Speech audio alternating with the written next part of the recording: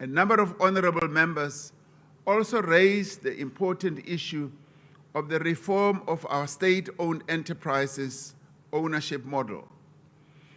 Now, as I indicated in the opening address, we are introducing legislation to establish a state-owned holding company to oversee and coordinate key strategic SOEs. Now, to coordinate, to ensure that there is line of sight, so as to make sure that we are able to see at one glance, on one radar screen, precisely how our state-owned enterprises are functioning, what their financial health is, what their operational capability is, what their policy frameworks are, and how they are progressing in terms of meeting our overriding objectives.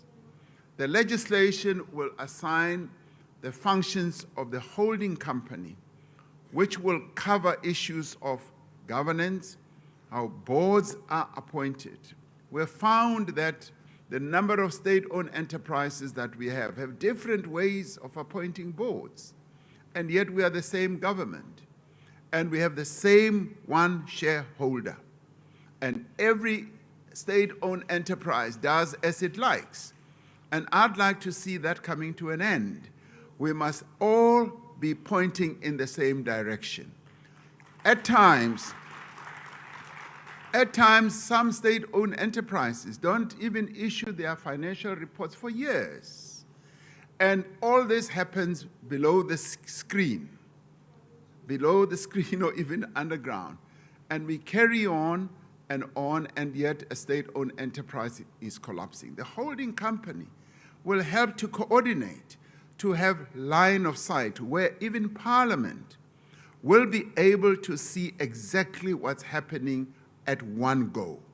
When it is time for reporting, everyone will be expected to present their wares and their reports so that we can see how the balance sheet looks like, how the income statement looks like. And we can see how the policies that have been approved by this Parliament are being implemented. We will also be able to have line of sight on, for instance, board remunerations. There are other state-owned enterprises that have different, vastly different board remuneration policies. And yet we are the same government. We are the same shareholder. Executives are remunerated completely differently without proper processes and procedures. Not necessarily that they should all end the same, but there should be procedures. And all this, the financial reporting, which is important, also has to be streamlined as to be able to enable all of us to have clear line of sight. Now, this does not mean we are going to, from the holding company level, be running these state-owned enterprises. It is the coordination. This is in line with global best practice and is the approach taken by many countries with SOEs that successfully fulfill a social and economic development mandate.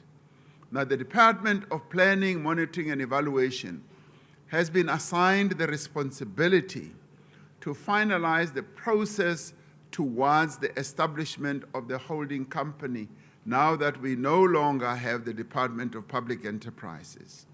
And it will establish a dedicated SOE reform unit with the appropriate expertise to oversee this.